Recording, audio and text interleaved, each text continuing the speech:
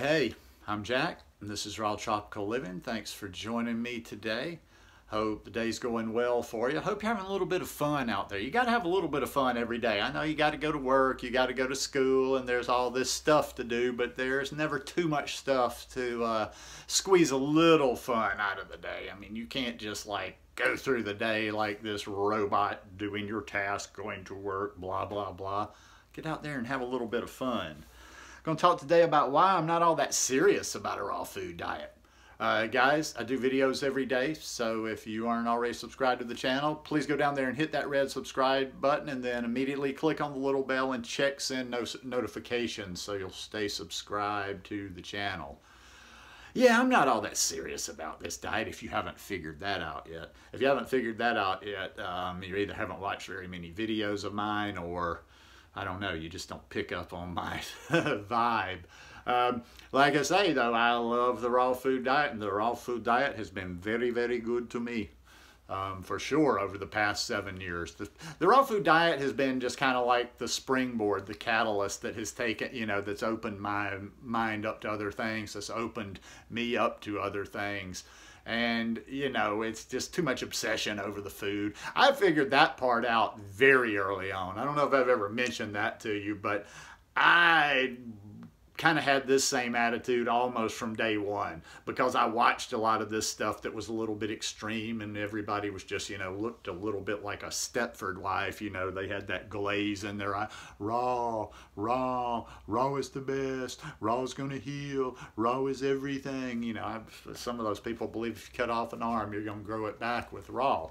So I saw both things very quickly upon, you know, starting to follow this lifestyle. I saw both the amazing value it had in it, but I also saw some of the ridiculousness and the silliness that tends to be out there today. You know, I get questions all over the place sometimes, and they're nothing, you know, they're 99 out of 100 times they're very nicely asked, but I'm kind of like, yeah, I don't know. It's almost like I got asked a question in class. You ever used to do that? You get asked a question in class and you got no clue. You're just like, I don't even know. I'm not even sure I can fake this.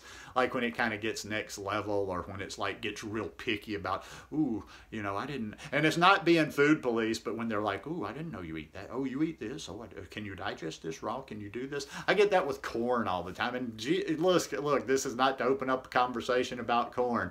Eat corn. Don't eat corn, don't look at corn, do whatever you want to with corn. Stop having all these conversations about everything. Do what you do. Do what you do. We don't need to have a conversation, the end-all be-all conversation about everything to determine it.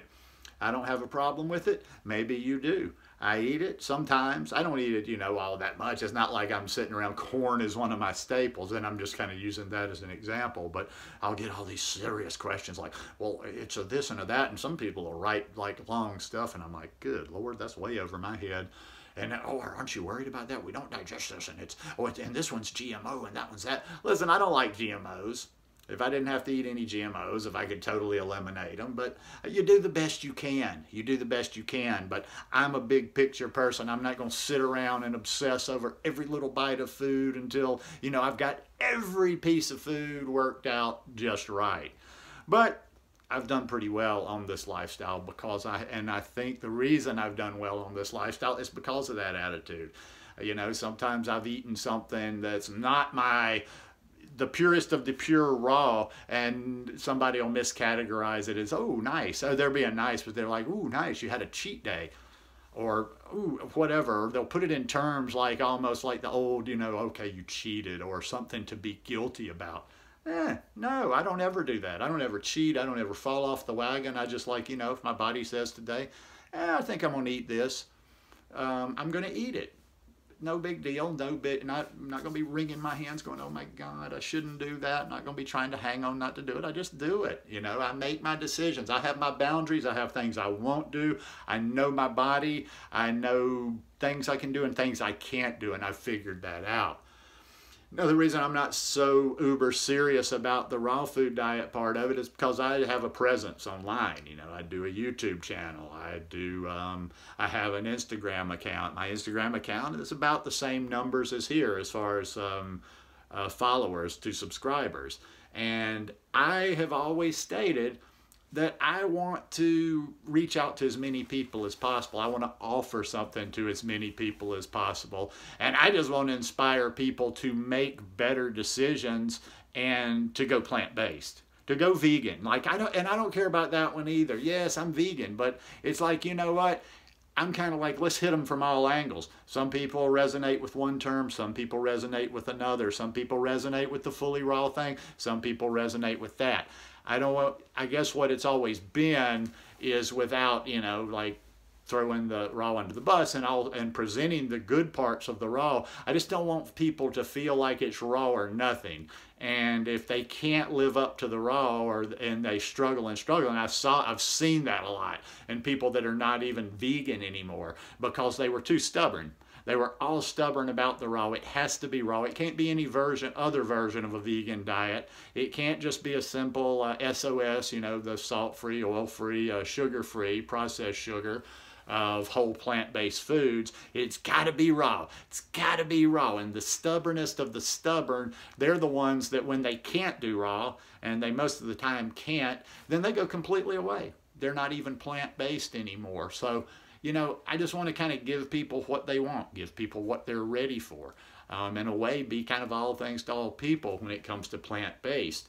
And, you know, you're not going to reach that many people. Like I'm telling you, I sometimes I'll go pop in and I'll sit in on a hardcore raw video, or I'll go somewhere online that is a bunch of people that are hardcore. And it's okay. Like I say, the internet online communities are this big thing. You can make communities for whatever you want, and that is your business. But a lot of these communities is what I'm just calling preaching to the choir. They're so micro. They're so down to the, oh, well, wait a minute. We don't eat this, and we don't do it like this. And, oh, we're not only raw, but we don't add this. And, oh, we don't do garlic, or we don't do onions, or we do and we don't. And it's like, those conversations are only interesting probably to people that are already sold on a raw lifestyle, to people mostly to people that are already doing a raw lifestyle, or to people that are only, you know, tunnel vision. They're only looking at one thing, and the only version isn't any of the wider range. It doesn't have to do with any of the whole food, plant-based. It's all about that raw, and it's all about that fully raw.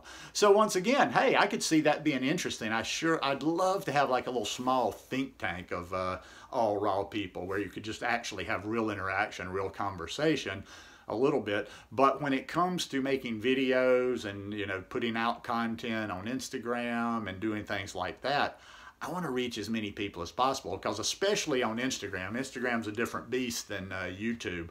I'm talking every day, you know. It's people DM you, message you over there. They make comments. A lot of people watch me or come into my universe. Sometimes they're watching my IGTV videos. Sometimes they catch my stories. The stories will really get a lot of attention if you're not doing any of this stuff. But yeah, Instagram's a whole different place, and I get a lot of people. I literally got people that are raw that I interact with. I got people that are just, you know, regular vegan, ethical, only vegan for the animals, vegan, different versions, doing this. I got people that aren't even remotely vegan, were never interested in vegan. And that's the most satisfying to me when somebody sends me a message, and I generally always click on their profile, because, you know, I just kind of want to say, well, who is this cat? What are they coming from? Blah, blah, blah.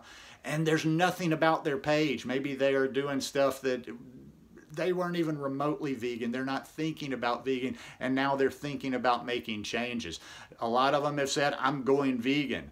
Some have said, hey, I'm making the changes. I've gone vegetarian. I'm going to work towards being vegan. So I can reach more people if I am, you know, if I'm not so like that fire and brimstone preacher about it. And for my own personal reasons, because I found that out real soon, you're just a one-trick pony. You know, if you just like the ones that just babble about the raw food all the time, they don't get out in nature. They don't have that connection. Like I've said many times, there's a lot of little condescending raw vegans that may have been raw for, and I love when they count the days. I've been raw for 1,240.